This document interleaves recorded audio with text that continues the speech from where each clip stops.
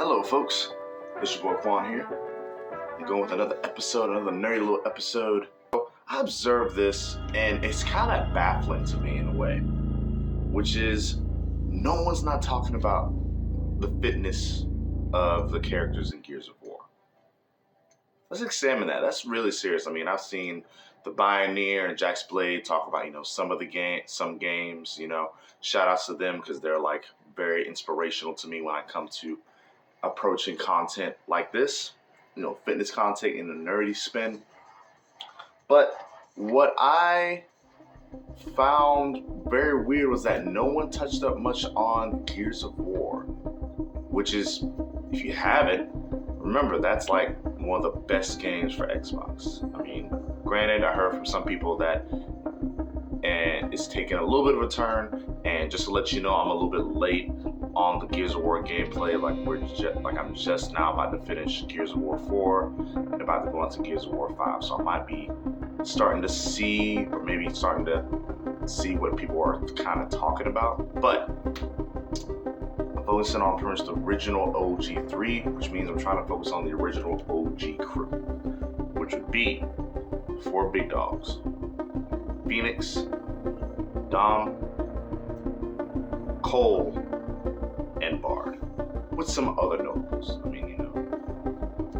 But what are the fitness levels of the soldiers, or at least of the main soldiers that are in Gears of War, that you get to possibly play as? Well, from my observation, I've gotten it down to this summary right here.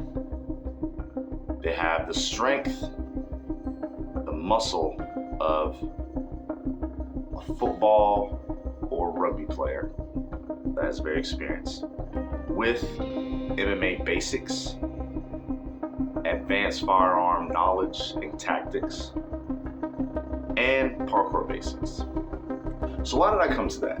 Well, when you look at, we'll use Phoenix as an awesome example. When you look at Phoenix, from how he was in pretty much Gears 1, 2, and 3, and a good bit of 4, you see that most of them are like kind of very upper build, very stocky. But they also have a little bit of that width, but also that muscular width when you look at it. So to me, when I look at them, I immediately think, oh, this is like football players. These are like rugby players. Like these are like kind of almost crazy muscle bound people.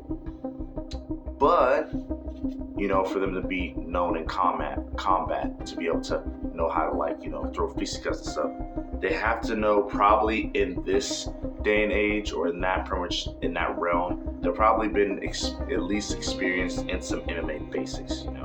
They know the classic jab, cross, hook, uppercut. They know the front kick, roundhouse kick, side kicks.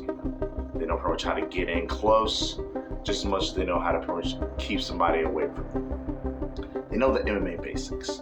Now, the reason why I put firearm as advanced firearms is because if you play the game, depending on who you are and how you play, you can basically pick up any weapon and are kind of known how to use it. In a way, it's just that you, the player, has to use it. They already know. You just have to know how to use them to use the weapon. So I put that firearm as pretty much advanced technique, because that's a lot of training of not only knowing how to use a handgun and how to reload a handgun, but also how to get the maneuvering just right to hit it, to get that firearm's grip strength to be able to do that. And the same goes with the rest of the firearms, where they know how to throw the grenade a certain way. I mean, there's a lot that can kind of go into those skill levels of mastery. So they're definitely, firearm-wise, they're advanced. And to top it all off, they gotta know parkour basics. What I mean by parkour basics, when you look at them, which I've been using them a good bit, is that there is a lot of times where they're able to climb or vault over certain objects, and they're also known to be able to roll in almost any direction. That is not easy. Tumbling and rolling is, when you do that enough times, that's cardio all on itself, which means these are very extremely fit guys. We're talking like not only are they fit, not only are they agile, but they're packing on muscles. It's like even without the guns, if they get at you, they're gonna pack a punch, like it's gonna hurt. Extreme bonus, they're probably working their pull muscles to the max, which by the way, means that because of their armor, because of what they're carrying, they're pretty much definitely in strongman training, at least the basic of strongman training, because of, carrying heavy weights long distances. But that also goes with being a soldier. I hope this helps. Hope you check it out. Let me know if you like this kind of content, if you like this kind of how to examine stuff. I gotta stop this beeper before I go crazy. Hope you have an awesome day. Deuces.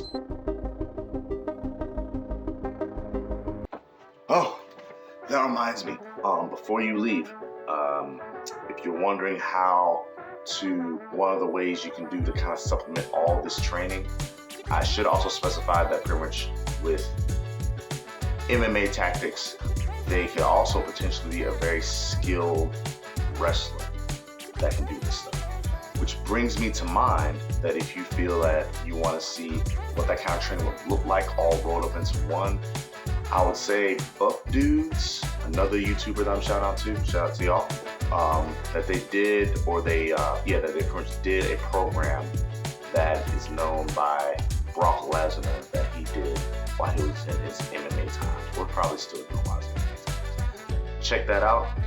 You might find some good sources, and you might find how brawling Brock Lesnar was. That's it, for real. Deuces.